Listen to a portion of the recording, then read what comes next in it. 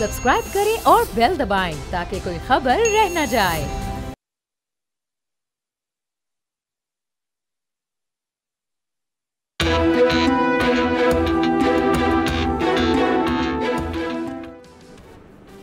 अस्सलाम वालेकुम नाज़रीन, प्रोग्राम कोर्ट राउंड अप में आपको कहूँगी खुशामदीद। मैं हूँ नीलम अरशद। सबसे पहले चलते हैं एक रिकैप की तरफ, देखते हैं कि गुज़श्ता हफ्ते अदालत उज़्मा से लेकर अदालत आलिया तक क्या कुछ हुआ। साइफर की गुमशुदगी बड़ा जुर्म करार, कम अज कम 2 और ज़्यादा से ज़्यादा 14 साल की कैद हो सकती है, सजाए मौत भी हो सकती है। हुकूमत का चेयरमैन PTI की गिरफ्तारी का इंदिया, सिविलियन का मिलिट्री कोर्ट्स में ट्रायल, मुल्जिमान को मौसर अपील का हक हासिल होगा या नहीं, 1 अगस्त को पता चल जाएगा। तोशा खाना बर्क रफ्तारी से कार्रवाई जारी, पहले गवाह पर जरा शुरू, केस फैसला कुन मरहले में दाखिल। ये तो था एक छोटा सा रीकैप। अब चलते हैं अपने प्रोग्राम की 2 अहम तरीन टॉप स्टोरीज पर बात करेंगे। सबसे पहले चलते हैं अपनी पहली टॉप स्टोरी की तरफ, जो कि है फौजी अदालतों से मुतालिक। फौजी अदालतों में सिविलियंस के ट्रायल के खिलाफ केस में मुल्जिमान को अपील का हक मिलेगा या नहीं, इस हवाले से गुज़श्ता रोज़ सुप्रीम कोर्ट में चीफ जस्टिस उमर अता बिंदयाल की सरबराही में 6 रुकनी लार्जर बेंच ने दरख्वास्तों पर समाअत की है। समाअत के दौरान फौजी अदालतों में सिविलियंस के ट्रायल के खिलाफ केस में अटॉर्नी जनरल ने ट्रायल से मुतालिक अहम मामलात पर अदालत को यकीन दहानी करवा दी। अटॉर्नी जनरल ने अदालत को ये यकीन दहानी करवाई कि फौजी अदालतों की तरफ से दिए जाने वाले फैसलों में तफसीली वजूहात मौजूद होंगी और गिरफ्तार अफराद को मिलिट्री ट्रायल में प्राइवेट वकील करने का मुकम्मल इख्तियार होगा। और ये भी वाजे किया कि गिरफ्तारी मुल्जिमान में किसी को सजाए मौत या 14 साल सजा नहीं दी जाएगी, जबकि ज़ेरे हिरासत 102 अफराद को अपील का हक देने के मामले पर कानून साजी के लिए 1 माह की मोहलत मांगी गई। दौरान समाअत चीफ जस्टिस ने अहम रिमार्क्स में ये कहा कि अदलिया की आज़ादी इंसाफ की बुनियाद है। मिलिट्री एक्ट के तहत प्रोसिक्यूशन केस का फैसला करेगी, अपील भी सुनेंगे। फौजी अदालत के फैसले के खिलाफ किसी आज़ादाना फोरम पर अपील का हक बुनियादी हकूक़ की ज़मानत है। चीफ जस्टिस ने यह भी कहा कि इस केस में जो भी होगा वो कानून साजी के जरिए ही मुमकिन होगा। नोट कर रहे हैं कि कोई ट्रायल नहीं शुरू किया जाएगा, शवाहिद रिकॉर्ड किए जाएंगे और ट्रायल खुली अदालत में होगा। इस सब पर बात करने के लिए मेरे साथ स्टूडियोज में मौजूद है मेरा 3 रुकनी रिपोर्टर बेंच और साथ ही साथ साबिक सदर Islamabad high court bar association Shoaib Shaheen साहब। शुएब साहब, खुश आमदीद प्रोग्राम में। शुएब साहब, सुन पा रहे हैं आप मुझे? जी जी, मैं सुन रहा हूँ। अच्छा शुएब साहब, मिलिट्री कोर्ट से मुतालिक बात हो रही है। गुज़श्ता रोज़ देखा गया कि अटॉर्नी जनरल की तरफ से बड़े अहम दलाइल दिए गए। एक तरफ से उनकी तरफ से ये यकीन दहानी कराई गई है कि ट्रायल जो है अभी नहीं बढ़ाया जाएगा, लेकिन साथ ही साथ एक हुक्म इम्तना की दरख्वास्त की गई उनकी तरफ से, जो कि मुस्तरद हो गई है। क्या लग रहा है कि आखिर हो क्या रहा है? देखिए, हुक्म इम्तना के 2 हिस्से होते हैं। एक ये है कि अगर रिस्पोंडेंट साइड आकर के अंडरटेकिंग दे दे तो वो that means that is the stay order. फर्ज करो कोई एक शख्स ये कहता है कि जी मेरे मकान को ना गिराएं, ये CTA गिराना चाहती है। CTA आकर कहती है जी हम नहीं गिरा रहे, हमारी अंडरटेकिंग ले लें। तो मीनिंग देयर भाई वो अंडरटेकिंग की खिलाफ वर्जी, वो कोर्ट के ऑर्डर की खिलाफ वर्जी तस्वर होती है। जब अटॉर्नी जनरल ने on instructions from the concerned officers जाकर ये कहा कि जनाब हमारे पास हमने अभी ट्रायल शुरू नहीं किया, और ये भी कोर्ट ने कह दिया कि ट्रायल शुरू अगर आप करेंगे तो पहले हमें आकर के बताएंगे, तो that is the stay order. तो इसलिए अगर कोई इसकी वायलेशन में फर्स्ट ट्रायल शुरू हो गया, ये शुरू कर देते हैं, तो the other party can say और आकर के उस ऑर्डर को इम्प्लीमेंट करा सकती हैं, कंटेम्प्ट प्रोसीडिंग शुरू करा सकती हैं। मेरा ख्याल है सच इतना इंपॉर्टेंट नहीं है, क्योंकि स्टे ही ये तस्वर होगा कि जब उन्होंने अंडरटेकिंग दे दी या एक स्टेटमेंट रिकॉर्ड करा दी, statement given before any court of law including the Supreme Court, वो उसका स्टेटस जो है वो उसी तरह होगा जैसे इसमें stay order given by the supreme court और एनी अदर कोर्ट। ठीक है।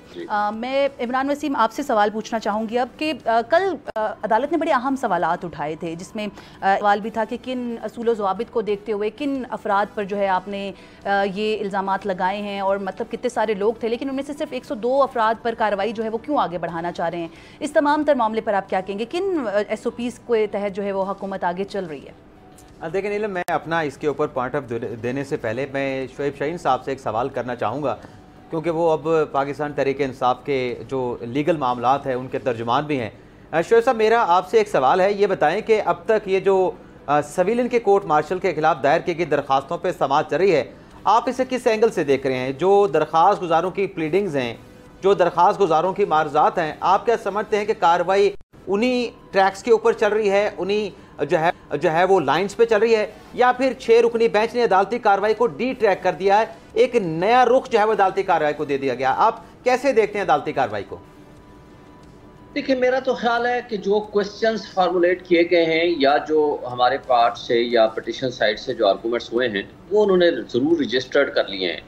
अटॉर्नी जनरल साहब को एक अलबत्ता ये कल हमने बात भी की, एजाज हसन साहब के जरिए टीम पे भी बात की हमने कि देखें, हमें ये नहीं चाहिए कि आप अपील तो दे दें हमें थ्रू लेजिस्लेशन, जो कि उसके लिए भी मेरा ख्याल है तैयार नहीं है गवर्नमेंट। आपने देखा है कि पिछली तारीख पे भी यही बात की थी और कल भी उन्होंने एक टाइम सीक कर लिया कि जी हमें बताएं, हम कंसीडर कर रहे हैं कि क्या हमें इनको अपील का राइट दे। देखिए, ये एक पूरा प्रोसीजर और पूरा एक प्रोसेस है। हमने कहा कि जो हमारे जो बुनियादी सवाल हैं वो आर्टिकल 175 है कि जिसके तहत there will be a separation of judiciary from the executive.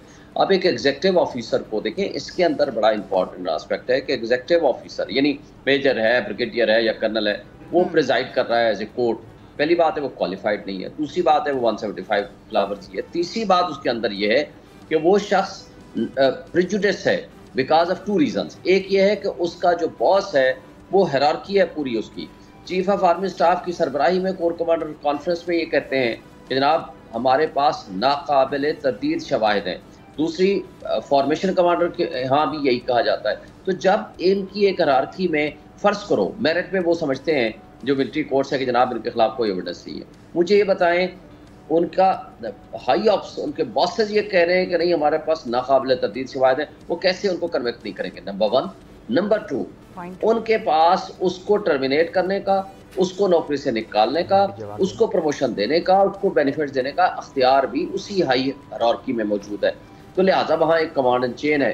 तो उसको आप किस तरह एक इंडिपेंडेंट जुडिशियल फोरम डिक्लेयर कर सकते हैं? इसके अंदर ये एक इंपॉर्टेंट क्वेश्चन है। फिर जो ड्यू प्रोसेस है और फेयर ट्रायल है, उसके कॉन्सेप्ट की वायलेशन है और उस प्रिंसिपल की वायलेशन है।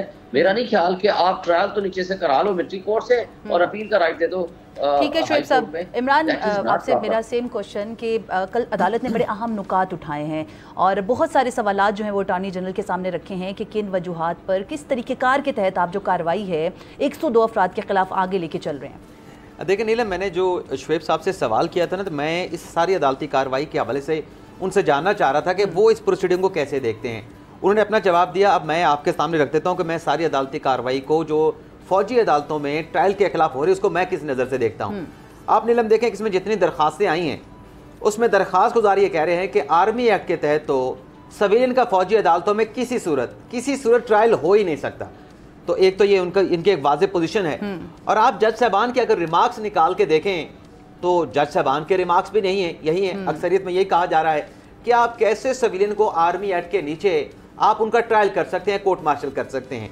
अब फर्ज कर लें हुकूमत आर्मी एक्ट में तरमीम करके राइट ऑफ अपील दे देती है, तो फिर भी ट्रायल कैसे होगा? ये बड़ा अहम सवाल है कि जब अब नहीं हो सकता किसी कानून के नीचे सिविलियन का फौजी अदालतों में कोर्ट मार्शल, तो फिर कानून में तरमीम करने के बाद कैसे होगा? और फिर हुकूमत ने तो 1 महीना मांगा। हुकूमत की मियाद तो गालिबन 8 अगस्त को ख़त्म हो जाएगी, जैसे वो कह रहे हैं कि हम असम्बलियां वक्त से पहले तलील कर देंगे। तो ऑर्डिनेंस ला के कैसे आर्मी एक्ट में तरमीम करेंगे? सिविलियन का कैसे फौजी अदालतों के नीचे ट्रायल कराएंगे? क्योंकि तमाम दरखास्त गुजार और जज साहबान के अपने रिमार्क्स हैं कि अगर आपने सिविलियन का कोर्ट मार्शल कराना है तो आपको आइन में उसी तरीके से तरमीम करना पड़ेगी जिस तरीके से आपने 2015 में की थी। जब रास्ता आइनी तरमीम है सिविलियन का कोर्ट मार्शल करने के लिए, तो मुझे तो अदालती कार्रवाई डी ट्रैक होती हुई नजर आ रही है कि जब आप रिमार्क्स खुद दे रहे हैं, जब दरखास्त गुजार कह रहे हैं कि आईनी तरमीम करना पड़ेगी, उसके अलावा कोई रास्ता नहीं। बिल्कुल, आइन और कानून की ही बात हो रही है। तो मैं जुल्करनैन की तरफ बढ़ूंगी। जुल्करनैन, गुज़श्ता रोज़ रिमार्क्स के दौरान एक मौके पर जब आर्मी एक्ट पढ़कर सुनाया गया तो उसमें एक सवाल उठाया गया अदालत की तरफ से। कहा गया कि इस एक्ट पर क्या जो इंसानी हकूक़ का इतलाक़ है वो होता है कि नहीं, जिस पर अटॉर्नी जनरल साहब की तरफ से बताया गया कि नहीं होता। आप कैसे देख रहे हैं इस एक्ट को? क्योंकि एक्ट्स जो हैं हमेशा से इंसानी बुनियादी हकूक़ जो हैं उनको मद्देनज़र रख कर बनाए जाते हैं और ये एक ऐसा कानून है जिसमें इन सब चीज़ों को नज़रअंदाज किया गया। देखिए, जो आर्मी एक्ट है 1952 का, वो जब आपको याद होगा बाजवा साहब की एक्सटेंशन का केस था, उस वक्त जब अदालत में वो मौजूद नहीं था, अटॉर्नी जनरल ने ला के दिया था, नवर मंसूर साहब ने, और उसके ऊपर बड़ा बड़ा लिखा हुआ था कि not to be open by any relevant person. तो वो तो कोई आम बंदा खोल के पढ़ भी नहीं सकता।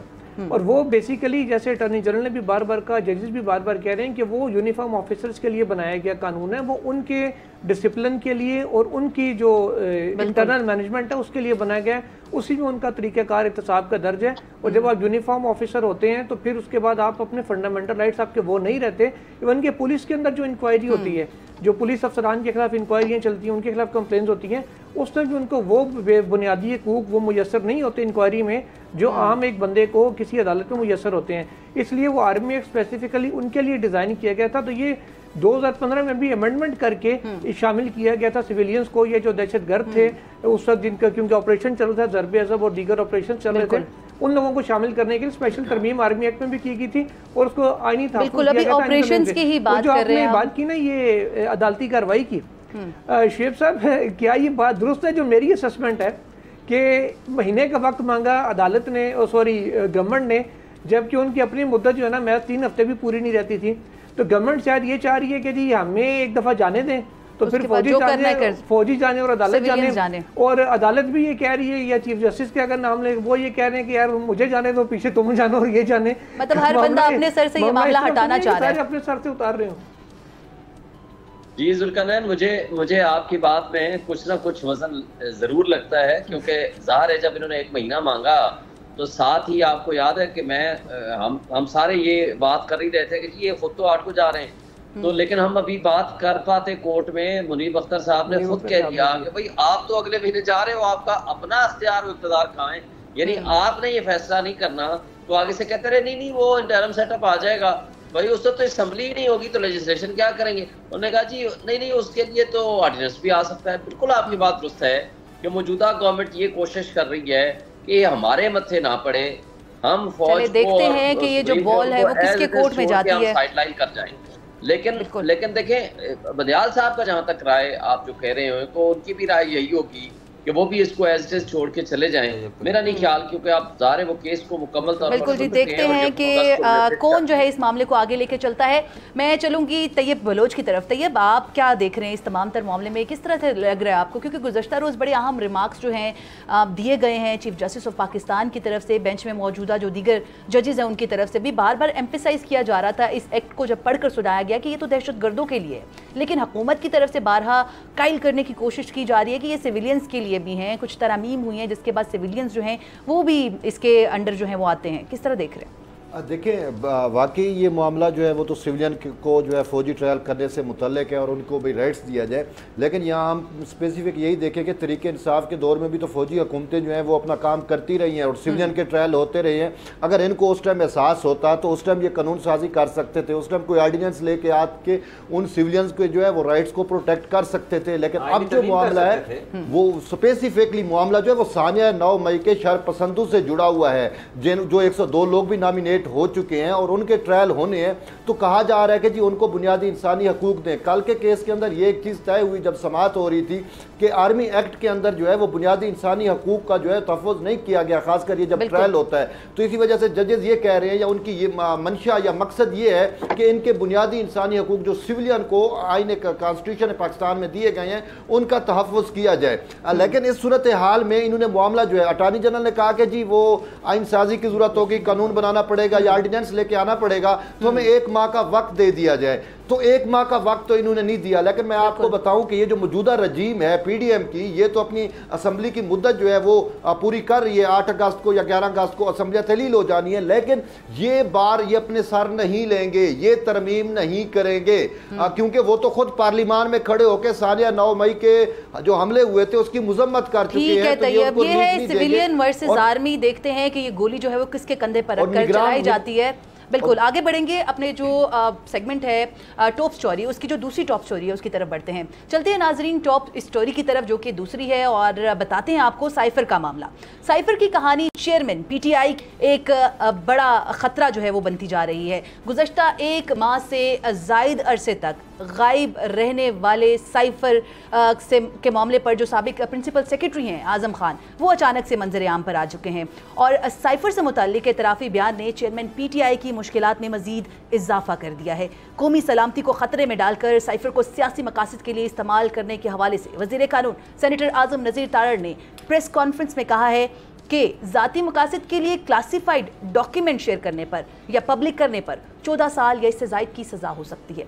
वज़ीर कानून सेनेटर आज़म नज़ीर तारड़ ने मज़ीद कहा कि आज़म खान के बयान से वाज़ेह है कि साबिक वज़ीर आज़म ने साइफर को अपने मकासद के लिए इस्तेमाल किया था, जबकि FIA ने साइफर के मामले पर चेयरमैन PTI को 25 जुलाई को तलब भी कर लिया है। अब देखना यह है कि आज़म खान के इस बयान की कानूनी हैसियत क्या है और मामला किस जानिब जाएगा। इसी पर बात करने के लिए, लीगल ओपिनियन जानने के लिए मैं सबसे पहले शुएब शाहीन की तरफ पढ़ूंगी।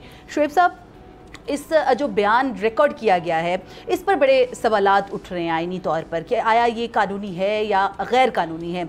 एक ऐसा बयान जो कि 164 के तहत किया जाता है, उसमें एक लाजिम जो नुक्ता है वो ये होता है कि मुल्जिम को पहले मुल्जिम डिक्लेयर किया जाना चाहिए। इस मामले में देखा गया है कि ना कोई FIR है, ना अभी जो बयान रिकॉर्ड किया गया है वो शख्स जो है वो मुल्जिम भी नहीं है। तो इस मामले की, इस बयान की कानूनी हैसियत क्या है?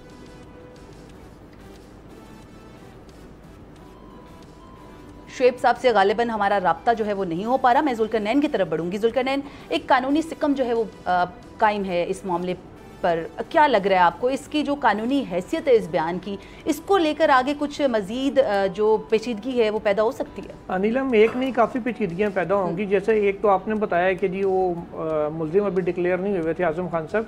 दूसरा ये कि हुदैबिया पेपर मिल्स केस में जस्टिस से काजी फाइज ईसा साहब का फैसला है जो चंद दिन बाद चीफ जस्टिस ऑफ पाकिस्तान होंगे, उसमें उन्होंने लिखा था, ऑल दो कि उन्होंने डिसमिस उसको किया था टाइम बार्ड के ऊपर, लेकिन उन्होंने मेरिट्स को भी इसमें टच किया था। गालिबन पैराग्राफ नंबर 30 या 31 है, मुझे अगर एग्जैक्ट याद हो तो, इसमें उन्होंने कहा था कि इसहाक डार का जो स्टेटमेंट है अगर उसको 164 ट्रीट कराना है आपने कि वो एक तो मजिस्ट्रेट के सामने होना चाहिए, तो उन्होंने कहा वो मजिस्ट्रेट के सामने था नहीं।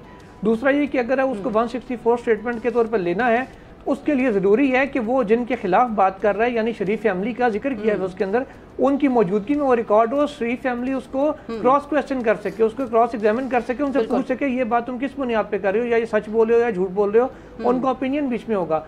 इसमें अगर इसी जजमेंट को अप्लाई कर दें, मुझे जाना है। शुएब साहब भी हमें ज्वाइन कर चुके हैं। ब्रेक के बाद वापस आती हुई नुकात पर बात करने के लिए शुएब शाहीन से बात करते हैं। Stay with us.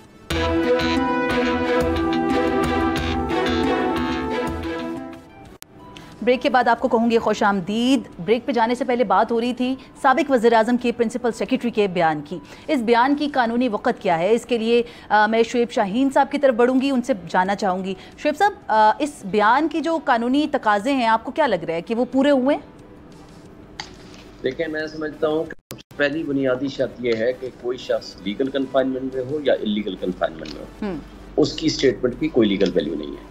एक शख्स नॉर्मल इंसान यानी सिविल ब्यूरोक्रेसी का टॉप पोजीशन पे रहने वाला बंदा, यानी 22 ग्रेड में रिटायर होने वाला बंदा, वो पागल नहीं है, नॉर्मल नहीं है, वो कभी हॉस्पिटलाइज्ड इस तरह नहीं हुआ कि उसको मेंटल कोई फिट्स पड़ते हों, लेकिन वो 34 दिन के लिए गायब हो गया और उसके घर वालों ने FIR दर्ज करा दी। उसका ना बच्चों से रब्ता है, ना बीवी से है, ना घर वालों से है, ना भांजे से है। FIR कट गई, हाई कोर्ट में रिट पिटीशन फाइल हो गई। हाई कोर्ट में आके लॉ इन्फोर्समेंट एजेंसीज ने आकर कहा हाँ जी वो किडनैप तो है, ये भी हम मानते हैं, लेकिन किडनैप किसने किया है ये हमें नहीं मालूम नहीं, वो गुमशुदा अफराद में शामिल है। बस जो ही हमें मिलेगा तो हम पेश भी करेंगे और जनाब उसके खिलाफ एक्शन भी लेंगे कानून के मुताबिक। अब वो चलता रहा। One fine morning interior minister साहब आकर कह रहे हैं कि जनाब वो तो अपने दोस्त के घर में था, और दूसरा ये है कि उसकी एक 164 की स्टेटमेंट आ गई है और लिहाजा चेयरमैन PTI जो है वो बस पकड़े गए जी, उनके खिलाफ ये एक्शन हो गया और ये अब जेल हो गई और ये सजा हो गई। पहली बात तो ये है कि वो शख्स की इंक्वायरी तो इस पर होनी चाहिए थी, हमारे क्या मुल्क में कोई बुनियादी हुकूक किसी के हैं या नहीं है, और अगर हैं तो वो शख्स कहाँ था, किसने उसको उठाया था, और अगर नहीं उठाया तो वो कौन सी उसको बीमारी थी जिसको बुनियाद बनाकर 34 दिन एक बंदा किसी दोस्त के यहाँ मिला, और कौन सा दोस्त था, किस मजिस्ट्रेट के पास पेश हुआ, और उसकी स्टेटमेंट एक्चुअल की तरह है। वो जो प्रिंटेड फॉर्म में स्टेटमेंट दिखाई गई है वो अगर आप देखें, वो ये कह रहे हैं कि आजम खान ने ये कहा इमरान खान के खिलाफ, आजम खान ने ये कहा IK के खिलाफ। क्वेश्चन ये है कि उसकी तो स्टेटमेंट का भी नहीं पता, उस मजिस्ट्रेट का भी नहीं पता जिसके पास वो बंदा पेश हुआ। तो इन हालात में, और फिर एक बात जो जुल्करनैन साहब कह रहे थे, सिर्फ काजी फाइज तो की वो जजमेंट ही नहीं है, और भी जजमेंट्स हैं, लेकिन 164 सेक्शन के अंदर लिखा हुआ है कि जब भी कोई शख्स स्टेटमेंट देगा अंडर सेक्शन 164 किसी के मुल्ज़िम के खिलाफ, किसी के खिलाफ, तो उस शख्स को क्रॉस एग्जामिनेशन का मौका दिया जाएगा और उसकी मौजूदगी में होगा। तो वो ठीक है शेख साहब, आप साथ ही रहिएगा। तैयब की तरफ बढ़ूंगी। तैयब, आपको क्या लग रहा है, इस जो बयान की कानूनी हैसियत है उस पर बात हो रही है, एक किसी भी मुल्जिम का अगर आपने बयान रिकॉर्ड करना है तो पहले तो उसके खिलाफ कोई FIR होनी चाहिए, फिर उसको मुल्जिम डिक्लेयर होना चाहिए, कानूनी सिकम बहुत सारे नज़र आ रहे हैं, आप इस पर क्या कहेंगे? देखें, बात सिंपल सी है कि इसमें कानूनी सुकुम तो मौजूद है कि शायद उसको जिस तरीके से देखा जा रहा है 164 के बयान के तहत, उसमें चीज़ें जो हैं वो तो ऐसी हैं कि शायद वो इस्तेमाल ना हो सकें कानूनी तौर पे, लेकिन हम अगर देखें अखलाकी तौर के ऊपर भी और वैसे भी कि आम तौर के ऊपर कि देखें ये सैफर के मामले के ऊपर जो है वो कितना बड़ा ब्लेम किया गया। सैफर के मामले पर पूरे पार्लिमान को गद्दार कहा गया, सैफर के मामले के ऊपर जो है पूरे पाकिस्तान का जो आलमी तशख़्ख़ुस था उसको बिगाड़ने की कोशिश की, और यहाँ तक कहा गया कि पाकिस्तान के अंदर जो ये डेमोक्रेटिक चेंज आई, और पाकिस्तान की तारीख में पहली दफ़ा हमने देखा कि जिस तरीके से हमारे पार्लिमान ने एक शख्स को जो है वो पार्लिमानी और जमहूरी और आइनी तरीके से उसको उठा के बाहर फेंका, लेकिन इसी सैफर के आड़ के अंदर जो है कासिम सूरी ने, डिप्टी स्पीकर कासिम सूरी ने जो रूलिंग दी, मतलब बात ये है कि ये सैफर का मामला पर जगहसाई तो हुई है डेफिनेटली इस इशू से। इमरान वसीम, आपकी तरफ आऊंगी। ऑफिशियल सीक्रेट एक्ट 1923 इसके मुताबिक कोई भी जो राज अफशा करने से मुतालिक सज़ाएं हैं वो तजवीज़ की गई हैं, कम अज़ कम 2 साल है अगर दानिस्ता तौर पर या गैर दानिस्ता तौर पर अगर ये साइफर गुम हो जाता है, और इसके अलावा 14 साल या इससे ज़ायद की सज़ा जो है वो तजवीज़ की गई है।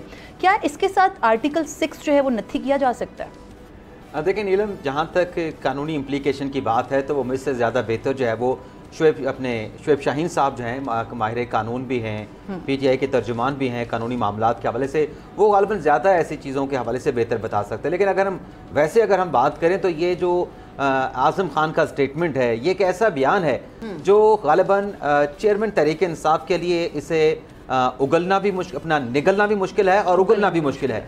उसकी वजह यह है कि चाहे कानून के क्या तकाजे हैं, किस तरीके से होना चाहिए था, नहीं होना चाहिए था, लेकिन चलें अगर हम देखें कि 164 का अगर ये स्टेटमेंट जैसे कहा जा रहा है कि ये आज़म खान ने दे दिया है सैफर के मामले के ऊपर, तो खान साहब कहते हैं कि 164 का कोई स्टेटमेंट नहीं होता। जो वादा माफ गवाह बनता है वो एक गिरगिट होता है जो वक्त के साथ साथ, वक्त गुजरने के साथ साथ रंग बदलता है, तो इसकी कोई कानूनी हैसियत नहीं। तो खान साहब अगर इस स्टेटमेंट को एक्सेप्ट करते हैं, फिर तो सीधी सीधी बात है कि आपने एतराफ़ जुर्म कर लिया, लेकिन रद्द करते हैं तो फिर वो जो खान साहब ने एक बयानिया बनाया था हुदैबिया पेपर मिल केस में, आज वो जस्टिस कादी फायसा का वही फैसला पाकिस्तान तहरीक इंसाफ को अच्छा लगने लगा है। जब ये फैसला दिया था तब उनकी कैसे सोशल मीडिया पे ट्रोलिंग की गई थी, ये किसी से ढकी छुपी नहीं। आज उसी जस्टिस कादी फायसा का फैसला इन्हें बिल्कुल ठीक लग रहा है। सवाल ये है, यहाँ पे सवाल ये कि अगर आप उस बयान हल्फी को रद्द करेंगे तो फिर हुदैबिया पेपर मिल के हवाले से जो आपने बयानिया बनाया कि ये इस सागदार का स्टेटमेंट था, वो ओपन एंड शट केस था, उसने मजिस्ट्रेट के सामने बयान दिया था, तो फिर आपका बयान बिल्कुल जी इंसाफ का दोहरा में आ रहा है। शुएब साहब, आपकी तरफ यही लीगल क्वेश्चन जो है मैं दागना चाहूंगी, आर्टिकल 6 क्या नथी किया जा सकता है इस तमाम तर मामले पर? देखिए, पहली बात मैं सिर्फ एक बात करके हुदैबिया पेपर मिल के हवाले से, देखिए पहली बात तो ये है कि उस अगर स्टेटमेंट को आप उठाएं ना, तो उस स्टेटमेंट में सिर्फ ये नहीं था कि जी मैं वादा माफ गवाह बन गया हूँ या फला फला मुजरिम है या फला फला नहीं है। उसने वो फैक्ट्स बयान किए जिसको मेयरली ऑन दैट ग्राउंड नहीं आप प्रोसीड कर सकते, लेकिन प्रोसिक्यूशन पाबंद है उसको इन्वेस्टिगेट करने की। क्या उसमें लिखा था कि फलां बैंक के अकाउंट के जरिए इस अकाउंट में पैसे आए, फलां अकाउंट के जरिए फलां अकाउंट में पैसे आए, और इस तरीके से हमने एम्बेजलमेंट की है और इस तरीके से मनी लॉन्ड्रिंग की है। अब उस पे प्रोसिक्यूशन पाबंद थी कि फर्दर अपना केस खड़ा करके आगे प्रोसीड करे। That was important for that purposes. अब हम आगे आते हैं कि जो आपने आर्टिकल 6 पर बात, आर्टिकल 6 का इससे कोई ताल्लुक नहीं है, ऑफिशियल सीक्रेट एक्ट का भी इससे कोई ताल्लुक नहीं है। वजह क्या है? साइफर आता है, मुल्क की खुद मुख्तारी के ऊपर यह अटैक है। मुल्क की खुद मुख्तारी में अगर अटैक ना होता तो आपको याद है कि ये साइफर कैबिनेट में गया, वहाँ डिक्लासीफाई हुआ, और उसके कैबिनेट के डिसीजन के तहत ये मैटर पाकिस्तान की सिक्योरिटी से रिलेटेड हाईएस्ट फोरम है, that is called national security council. और नेशनल सिक्योरिटी काउंसिल में तमाम आर्म फोर्सेस के हेड्स जो हैं वो उसमें मौजूद होते हैं और बैठते हैं। पहली दफ़ा उसके अंदर जब IK जो थे वो थे प्राइम मिनिस्टर, उसके ज़माने में आया और वहाँ मिनट्स जारी होते हैं और वहाँ ये फैसला होता है मुत्तफिक का, वो ये कि डिमार्श किया जाए, यानी शोएब साहब ये बताएं, ये तो खान साहब से हम कई मरतबा सुन चुके हैं, आप ये बताएं, खान साहब तो मोरद इल्ज़ाम ठहराते हैं जनरल कमर जावेद बाजवा को कि ये उसके लिए आया था, ये जो साइफर था ये अमेरिका ने उनके लिए भिजवाया था। अब सवाल ये है कि इमरान खान साहब तो अलर्ज कर रहे हैं कमर जावेद बाजवा साहब को, साबिक आर्मी चीफ को, लेकिन जो भिजवाने वाले हैं उनको खान साहब कैसे क्लीन चिट दे सकते हैं? अगर खान साहब की बात को मान लें कि वहां से साजिश हुई थी या अमेरिका की साजिश हुई थी, तो खान साहब कहते हैं कि अमेरिका वाला बयानिया तो बिहाइंड मी, लेकिन कमर जावेद बाजवा को मैंने नहीं छोड़ना, तो ये खान साहब के अपने मौके पे भी तो तजाद है ना। वसीम साहब, पहली बात तो आप ये जहन में रखें कि अब आप दो अलग अलग चीज़ों को डिस्कस कर रहे हो। एक है कि क्या साइफर की एग्जिस्टेंस है, नंबर 1, यस एग्जिस्टेंस है। नंबर 2, साइफर के कंटेंट्स क्या हैं, उसकी एस्टैब्लिश होगी, उसके कंटेंट्स क्या हैं, वो मिनट्स ऑफ दी सेकंड, मैं उसी पे आ रहा था जो आपने पहली मुझे इसमें बीच में आपने रोका। जब ये रजीम चेंज हो गया, शहबाज शरीफ की ज़ेरे सदारत जब नेशनल सिक्योरिटी काउंसिल कमेटी की दोबारा मीटिंग हुई, उसमें असद मजीद जो हमारा एम्बेसडर था उसको बुलाया गया, उससे पूछा गया कि ये जो आपने कंटेंट्स लिखे हैं या जो कुछ लिख के भेजा है, आप इस पे बिलीव करते हैं, ये 100% दुरुस्त है? उसने कहा यस 100% मैं उसमें बिलीव करता हूँ, ये दुरुस्त है। फिर नेशनल सिक्योरिटी काउंसिल के दोबारा मिनट्स जारी होते हैं और शहबाज शरीफ साहब ने ऑन द फ्लोर खड़े होकर कहा कि उसके अंदर धमकी आमेज वहाँ अल्फाज मेरे ख्याल में इसको मुख्तसर करते हैं और जो दीगर किरदार हैं शोएब साहब, उनसे मुतालिक भी बात चल रही है, पेशियाँ उनकी भी हैं, उनके जो बयानात हैं उनको भी रिकॉर्ड किया जाएगा। और शोएब साहब बहुत शुक्रिया आपके वक्त का, आपसे इंशाल्लाह दोबारा सेगमेंट में बात होगी। फिल वक्त के लिए आपका बहुत शुक्रिया। इस वक्त मैं बढ़ूंगी तैयब बलोच की तरफ क्योंकि उनका स्टांस जो है इस मामले पर रहता है। तैयब, साइफर के मामले पर आपका क्या स्टांस है? क्या लग रहा है आपको कि ये जो सब चीज़ें हो रही हैं इसमें जो दीगर किरदार थे उनकी पेशियाँ भी होंगी, उनके बयानात भी कलमबंद किए जाएंगे? देखें, ये बहुत अहम इशू है। देखिए, इसमें इतना ज़्यादा अबहाम किया गया, इस पर जो है वो बहुत ज़्यादा प्ले किया गया। खान साहब की जानिब से या तहरीक इंसाफ के जो चेयरमैन हैं उन्होंने जलसे में खड़े होकर अवाम को ये साइफर दिखाया, लेकिन बाद में ये चीज़ें साबित हो रही हैं। और अभी तक आज़म खान की स्टेटमेंट ठीक है, उसके लीगल एस्पेक्ट डिफरेंट हो सकते हैं, लेकिन एक चीज़ तो तय हो रही है जो सबके सामने आ रही है। और फिर अब दूसरा मामला कि ये भी कहा जा रहा है कि ये साइफर जो है वो चोरी हो चुका है। तो अगर इन सारी चीज़ों को हम देखते हैं तो ये जैसे इमरान ने शुरू में कहा कि ये तहरीक इंसाफ के जो चेयरमैन हैं उनके गले की हड्डी बन चुका है, ना वो निगल सकते हैं ना वो उसको उगल सकते हैं। तो ये चीजें जो है ये वही बात है, अगर चोरी होता है तो भी इसकी भी सजा है। क्विकली आपकी तरफ आऊंगी। साइफर का मामला, किरदार जो है सामने आते जा रहे हैं और बयानात जो है कलमबंद किए जा रहे हैं, कार्रवाई आगे बढ़ी है, कानूनी तौर पर कैसे देख रहे हैं? देखिए, इन्वेस्टिगेशन इसकी हो रही है, जो हाई कोर्ट ने स्टे किया रखा था, अब इन्वेस्टिगेशन शुरू हो गई। इन्वेस्टिगेशन होगी तो चीजें सारी अनफोल्ड होंगी, सारे एक सामने आएंगे, लेकिन इन्वेस्टिगेशन जब फिर होगी तभी। एक और सवाल भी करना चाहूंगी, लाहौर हाई कोर्ट से जिस तरह ये हुक्म इम्तना था, क्या लग नहीं रहा कि कुछ प्लान था एकदम से 7 माह के बाद फौरन से निकलते और अगले दिन उनका बयान? यही आपसे कह रहा हूँ, टाइमिंग देखें, हुदैबिया में इन्वेस्टिगेशन से रोक दिया गया था, यहाँ पे जो हाई कोर्ट स्टे खत्म करती है, अगले दिन एक नामालूम प्रेस रिलीज आ जाती है जिसमें वेरी नेक्स्ट प्रेस रिलीज आ जिसमें बताया जाता है आजम खान ने इमरान के खिलाफ ये बातें कर दी। आजम खान साहब के बयान में जो सारी गवर्नमेंट कहती थी साइफर झूठा है, मरियम नवाज ने प्रेस कॉन्फ्रेंस की साइफर झूठा है, सेल्फ क्रिएटेड है, कंकॉक्टेड है। आजम खान ने कहा कि ये साइफर गलत था, ये झूठा था। शहबाज शरीफ साहब ने किस इजलास की उसके बाद आजम साहब की जो प्रेस कॉन्फ्रेंस है आजम नजीर तारड़ साहब की, वो देखे तो उसमें भी काफी चीजें जो है ऐसा लग रहा है कि झूठा था। तो अमेरिकन जो एम्बेसडर उसको बुला के डिमार्च क्यों किया गया, किस चीज पे उससे एहतजाज किया गया? साइफर झूठा था। अगर एक चीज का वो है ही नहीं, बुनियाद ही नहीं है, तो फिर उसके ऊपर इतनी कानूनी जो कार्रवाइयां हैं वो आगे क्यों बढ़ी हैं, जो सजाएं हैं वो क्यों हो रही है? स्टेट डिपार्टमेंट की भी स्टेटमेंट आई थी, उन्होंने कहा था कि ये जो कुछ बयानिया बनाया गया साइफर के मामले के ऊपर ये सब झूठ है, ये तो स्टेट डिपार्टमेंट अमेरिका भी इसको रिजेक्ट अमेरिकन तो अरब स्प्रिंग को भी नहीं मानते। चले जी, देखना ये है कि कार्रवाई जो है वो आगे बढ़ चुकी है, आहिस्ता आहिस्ता जो किरदार हैं वो भी सामने आ रहे हैं, लेकिन ये बात तय हो चुकी है कि हुकूमत इंदिया दे चुकी है कि चेयरमैन PTI की जो गिरफ्तारी है इस मामले पर वो यकीनी तौर पर हो सकती है, चाहे ये गिरफ्तारी चंद अरसे के लिए हो, 2 साल के लिए हो, या 14 साल या 14 साल से ज्यादा भी हो सकती है। अगले सेगमेंट की तरफ बढ़ते हैं जो कि है सवाल अवाम का, और आपको बताते हैं कि इस दफा अवाम क्या जानना चाहते हैं। सवाल अवाम प्रोग्राम में आवाम जो है इस बार जो इख्तलाफात हैं जजेस के दरमियान उससे मुतालिक जानना चाह रही है। नए जो चीफ जस्टिस है नामजद वो अपनी जिम्मेदारी संभालने को हैं, पुराने चीफ जस्टिस जो हैं उनके लिए फेयरवेल की तैयारियां चल रही हैं। ऐसे में गुज़श्ता रोज़ एक अहम फैसला आता है जो कि क्यूरेटिव रिव्यू से मुतालिक है, उसमें भी एक तरह से क्लीन चिट्ठी जो है वो मिल जाती है जस्टिस काजी फ़ाइज़ ईसा को, जो कि नामजद चीफ जस्टिस ऑफ पाकिस्तान हैं। तो इस पर बात करने के लिए मैं अपने जो 3 मेंबर रिपोर्टर बेंच है उससे जानना चाहूँगी। इमरान वसीम, इख्तलाफात कम होते हुए नज़र आ रहे हैं या ये वक्त का तकाजा है कि वक्त कम है, कुछ खुशामदीद कहने वाले हैं और कुछ अलविदा कहने वाली बातें चल रही हैं? देखिए नीलम, जो आपने सवाल आवाम का हमारे सामने रखा है, बात यह है कि ये जो फैसला बंदियाल साहब ने सादिर कल फरमाया है या जारी किया सुप्रीम कोर्ट की वेबसाइट के ऊपर, ये मेरे ख्याल से ताख़ीर कर दी और मेरे ख्याल से अपने साथ भी बंदियाल साहब ने ज़्यादती की। देखिए देर आवत दुरुस्त आवत, मेरे ख्याल में दुरुस्त आमद नहीं हुई ना, दुरुस्त आमद नहीं हुई, यही तो मैं आपको बताने लगा हूँ। थोड़ा सा ब्रेक पे भी पाँव रखा करें ना। क्विकली प्लीज, हमारे पास वक्त कम है। बात यह कि ये अपने साथ भी ज्यादती की और काजी फ़ाइज़ साहब के साथ भी ज्यादती की, एक दबाव उन पे रहा। अब ये 4 से 5 सत्रों से ज्यादा का फैसला नहीं होना चाहिए था, लेकिन चलें 3 माह तक फैसला महफूज रखा। 13 सफ़ात का फैसला है जिसमें एक्चुअली जो फैसला है वो 5 से 6 या 7 सफ़ात का फैसला है। तो ये अगर 19 दिनों में जारी हो जाता, जो यहाँ पे हमारे दोस्त बैठ के शिकवा करते थे कि काजी साहब जो हैं उनके डिनर पे नहीं गए, उनकी इफ्तार पार्टी में नहीं गए, ये उसी दिन अगर फैसला सादिर फरमा देते, हुक्म जारी कर देते, तो काजी साहब उनके घर पे लंच पे भी चले जाते, उनके घर पे डिनर पे भी चले जाते, उनकी इफ्तार पार्टी में भी चले जाते। लेकिन मेरे ख्याल से अवाम का सवाल ये है, जो एक्चुअल अवाम का सवाल होना भी चाहिए और मेरे ख्याल होगा भी, कि खान साहब जो दावे करते हैं तोशा खाना के मुकदमे में कि मेरा ये कमजोर केस है, मेरे खिलाफ झूठा मुकदमा बनाया गया है, अगर झूठा है तो जनाब आप उस केस में आए। चले जी, वो तो बरकरारी से चली रहा है। तो मैं आपकी तरफ बढ़ूंगी, क्या कहेंगे, ये जो इख्तलाफात हैं वो कम होते हुए नजर आ रहे हैं?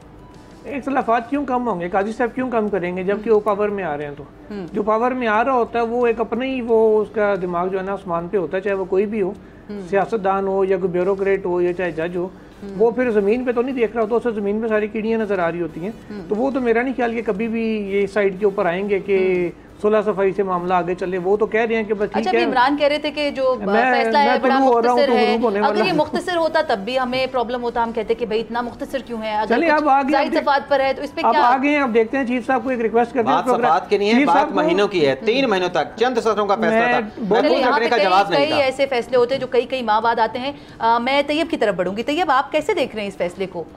देखिए, ये जो फैसला आया है क्यूरेटिव के ऊपर, ये तो जिस दिन कबीना ने फैसला कर लिया था कि हमने वापस लेना है और उन्होंने दरख्वास्त भी दायर की थी और इसकी इन चैम्बर समाअत हुई थी, और हमने देखा इन चैम्बर समाअत पे कभी फैसले महफूज नहीं हुआ करते, उसी टाइम सुना दिए जाते हैं। ये 3 से 4 माह बंदियाल साहब ने लिए हैं, तो यहाँ से भी इसकी बदनीयती जो है वो ज़ाहिर हो रही है। और इसके साथ साथ मैं अभी जो पहले सोच भी रहा था कि इख्तलाफ कम नहीं हो रहे, ये सिर्फ वक्त है। काजी साहब वक्त जो है ना उनके फेवर में जा रहा है और बंदियाल साहब से वक्त जो है वो छिन रहा है, उनका इख्तियार जा रहा है। तो जैसे ज़ुल्करनैन ने कहा, मुझे नहीं पता काजी साहब का जो माइंड है या दिमाग है वो ऊपर है आसमान पे है, मैं तो ऐसा नहीं कह सकता। लेकिन ये बात जरूर है कि बंदियाल साहब का जो दिमाग बहुत ऊपर गया हुआ था वो अब जमीन दोस्त हो रहा है। और ये बहुत जल्द माजी बड़ी देर कर दी मेहरबान आते आते इस फैसले पर हम ये कह सकते हैं, बिकॉज़ इन चैम्बर था तो इसको बर वक्त आ जाना चाहिए था। लेकिन अभी तक बंदियाल साहब कोशिश कर रहे हैं कि काजी फ़ाइज़ ईसा के लिए बुरूदी सुरंगें बिछा के जाएं। ठीक है, अभी चलते हैं हम अपने अगले सेगमेंट की तरफ, जो कि है अपकमिंग वीक। आइंदा हफ्ते मुख्तलिफ अदालतों में क्या अहम कुछ होने जा रहा है। एक तो पहला जो केस है मिलिट्री कोर्ट से मुतालिक, वो जो है वो 1 अगस्त को लगेगा, लेकिन उससे पहले क्या कुछ होने जा रहा है ये हम अपने रिपोर्टर से पूछते हैं। इमरान वसीम, क्या खबरें हैं सुप्रीम कोर्ट ऑफ पाकिस्तान में आइंदा हफ्ते, क्या अहम डेवलपमेंट्स होने जा रही हैं, क्या अहम केसेज हैं? देखें, सुप्रीम कोर्ट में तो अब गालिबन यही मिलिट्री कोर्ट वाला मुकदमा था, वो तो चला गया 1 अगस्त तक। हालांकि उसमें भी एक बात करना रह गई थी, चलें आपने वो पूछा कि अगले हफ्ते क्या होने जा रहा है। तो बात यह है कि जब मुद्दा ये है कि आप ट्रायल कर नहीं सकते, सिविलियन का कोर्ट मार्शल कर नहीं सकते आईनी तरमीम के बगैर, तो मौजूदा हुकूमत के पास तो अक्सरियत है नहीं, तो फिर अदालत का हुकूमत को वक्त देने का कोई जवाब ही नहीं। आईनी तरमीम हो नहीं सकती और कोई रास्ता है ही नहीं। एक ही रास्ता है कि आप दरख्वास्त गुजारों को सुन के, हुकूमत को सुन के फैसला फरमाएं, पटिशन एक्सेप्ट कर लें या रिजेक्ट कर दें। मेरा टाइम बचा ही आगे चले। मेरे ख्याल में अब तैयब की तरफ जाते हैं। तैयब, आप बताइएगा आइंदा हफ्ते सुप्रीम कोर्ट ऑफ पाकिस्तान से क्या अहम डेवलपमेंट जो है होने जा रही है? बज़ाहिर तो कोई खास केस नहीं है नेक्स्ट वीक के लिए, लेकिन मेन चीज़ यही है कि जैसे हमने देखा बंदियाल साहब की जानिब से जो है वो जो फैसले महफूज किए गए हैं या जो डिटेल रीजंस आनी है, कोई अहम फैसला मुतवक्के है? कोई अहम फैसला मुतवक्के है, और खासकर वो जो बंदियाल साहब के ऊपर एतराज़ था हुकूमत की जानिब से शायद उसका फैसला दे दें, क्योंकि वो भी जो है अभी इन्होंने महफूज क्या फैसला आ सकता है? लोगों की ख्वाहिश थी कि बड़ी जो पिछले जो हफ्ते को बांध के कह रहे थे कि जी बेंच टूटेगा, बेंच टूटेगा। बेंच तो नहीं टूटा, बल्कि मजीद उसको लोहे के 2-4 टोची लग गए हैं। बिल्कुल बेंच पक्का हो गया। और मैंने कहा था कि जुम्मे तक फैसला आएगा। ये जो इन चैम्बर समात वाला वो कल जुमे को क्यूरेटिव रिव्यू का गिरफ्तारी से बढ़ता हुआ नजर आ रहा है आपको ये केस? नहीं, ये केस तो जाहिर है चलेगा ही, ये सुने तो खत्म ही होना है, क्योंकि बिल्कुल कंक्लूजन। अच्छा, एक तरफ तोशा खाना केस है, वो भी बड़ी रोजाना की बुनियाद पर जो है वो अपने फैसला कुन मराहिल में दाखिल हो रहा है। इमरान वसीम, इस पर आप क्या बताएंगे? न जाने मैडम आप कौन सी बरकरफ्तारी को देख रहे हैं। अगर फौजी अदालतों में बरकरफ्तारी से मैं तोशा खाना के रेफरेंस की बात कर रही हूं। बरकरफ्तारी अगर होती तो इलेक्शन कमीशन का एक और भी केस चेयरमैन तहरीक इंसाफ के खिलाफ रोजाना की बुनियाद पर इसी बात को सपोर्ट करें। अगर बरकरफ्तारी होती तो इलेक्शन के तारीख की तरह ये फैसला भी 4 से समातों में हो जाता। तोशा खाना की जहां तक बात है तो अपने चेयरमैन तहरीक इंसाफ के जो वकला हैं भरपूर जो है वो जोर लगाए हुए हैं ट्रायल कोर्ट में कि किसी तरीके से जो जिरा है वो कंक्लूड ना हो, मुकदमा कंक्लूड ना हो और कहीं फैसला न सादिर हो जाए। यही ख्वाजा आरिफ साहब यही कोशिशें जब पनामा में करते तब भी कहते थे शफाफ ट्रायल का मौका मिलना चाहिए। जी आई होप सो कि शफाफ ट्रायल जो है वो आगे बढ़ाया जाए। इस वक्त अपना भाई समझता हूं बेंच है उनसे कहूंगी कि बहुत बहुत शुक्रिया आप लोगों के वक्त का। आइंदा हफ्ते देखेंगे कि सुप्रीम कोर्ट ऑफ पाकिस्तान के साथ साथ जो ज़ेली अदालतें हैं उनसे क्या अहम जो फैसले हैं वो मुतवक्के हैं। ताहम अब ऐसा लग रहा है मिलिट्री कोर्ट्स के मामले पर कि तमाम के तमाम जो इदारे हैं वो ये जो गोली है वो चलाना तो चाहते हैं लेकिन किसी दूसरे के कंधे से रख के चलाना चाहते हैं। मुझे दीजिए इजाजत, अगले हफ्ते आपसे फिर मुलाकात होगी। अल्लाह हाफ़िज़।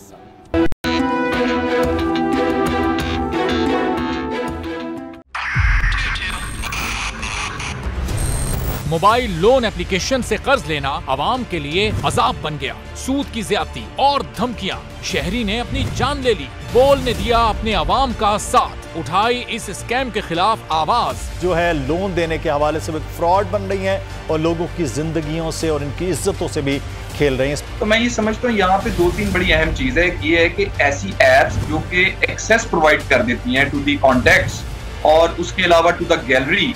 बोल की खबर पर इदारों ने भी कस ली कमर, लिया एक्शन। बोल की काविशें बराबर साबित हो गई। ऑनलाइन कर्ज माफिया के गिर्द घेरा तंग हो गया है, क्योंकि बोल है पाकिस्तान का नंबर 1 न्यूज चैनल।